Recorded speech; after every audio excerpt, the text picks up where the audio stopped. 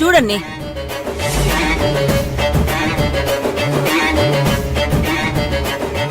చూడండి సదానందం గారు, చూడండి.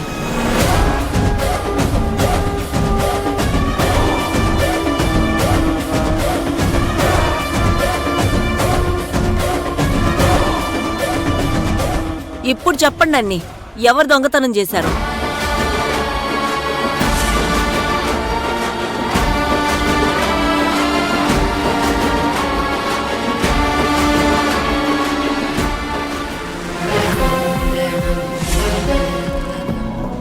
నన్ను క్షమించండి అర్జున్ బాబు.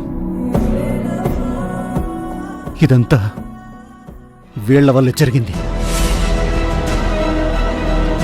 చూసావా సరోజా, నువ్వు డబ్బులు లెక్క పెట్టుకున్నావు, పైనున్నవాడు నీ పాపాలు లెక్క పెట్టాడే. టైం మీదండి, ఎన్నైనా మాట్లాడతారు, మేం వినాలి. అసలు ఇదంతా ఆపో!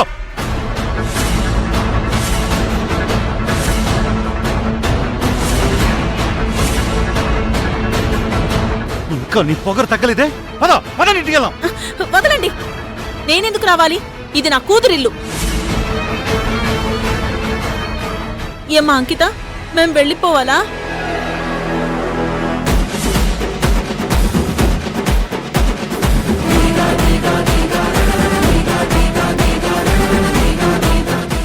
ఆంటీ, ఎవరైతే మనల్ని ప్రాణం కన్నా ఎక్కువగా ప్రేమిస్తారో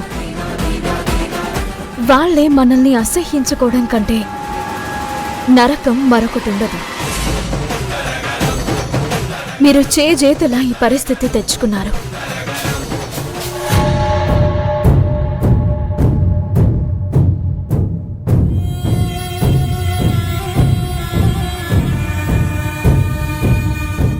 అంకిత, మమ్మల్ని క్షమించమ్మా. మేం డబ్బు మీద ఆశతో ఇవన్నీ చెయ్యలేదు, నిన్ను మహారాణిని చెయ్యాలనే చేశాం. ఇంకా అబద్ధాలు ఆడకు పిన్ని,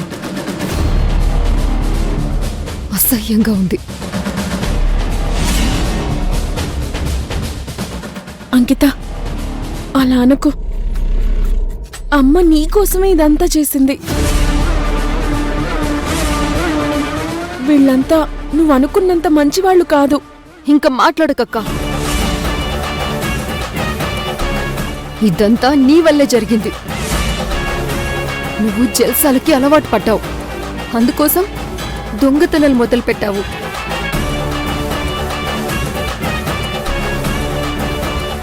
గుళ్ళో దొంగతనమే కాదు, తేజాని ఆఫీస్కి పంపించి నన్ను మోసం చేసింది కూడా నువ్వే.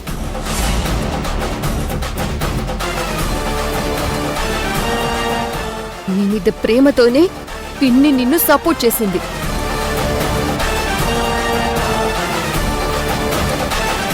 సపోర్టే కాదమ్మా, ట్రైనింగ్ ఇచ్చింది ఇదిగో ఈవిడే. అన్యాయంగా మాట్లాడకండి. ఆ తేజ దొంగ అని నాకు తెలీదు. అతని ట్రస్ట్ ఫ్రాడ్ అని తెలిస్తే అసలు అంకిత దగ్గరికి పంపించేదాన్నే కాదు.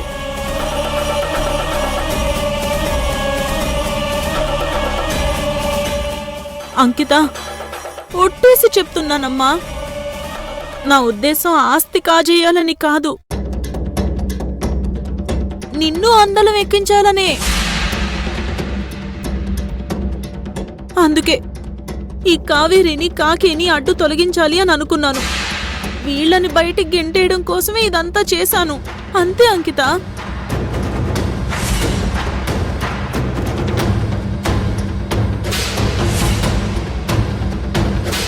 ఇంకా అబద్ధాలు చెప్తారెందుకు?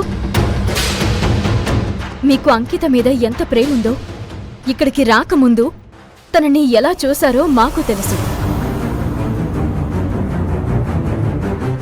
కావేరి, ఇంకా వీళ్లతో మాటలేంటి? సదానంద్ గారు, కావాలంటే మీరిక్కడే ఉండొచ్చు, వీళ్ళని మాత్రం వెంటనే పంపించేయండి.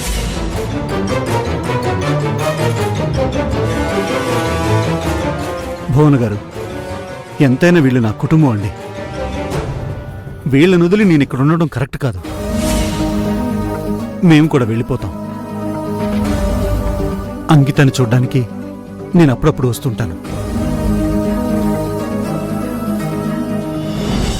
ఇంకా అలా చూస్తావేంటే? పదవే, పద. అది కాదండి, నేను నా కూతురు వదిలిపెట్టి రావడం నాకు ఇష్టం లేదు. ఆ అమ్మ అంకిత ఇలా చెప్తే వీళ్ళెందుకు వింటారు? మెడబట్టి బయటకు గంటేద్దాం. పదండి, ఏయ్, పదండి, పదండి, పదండి. ఇంటికి పదండి.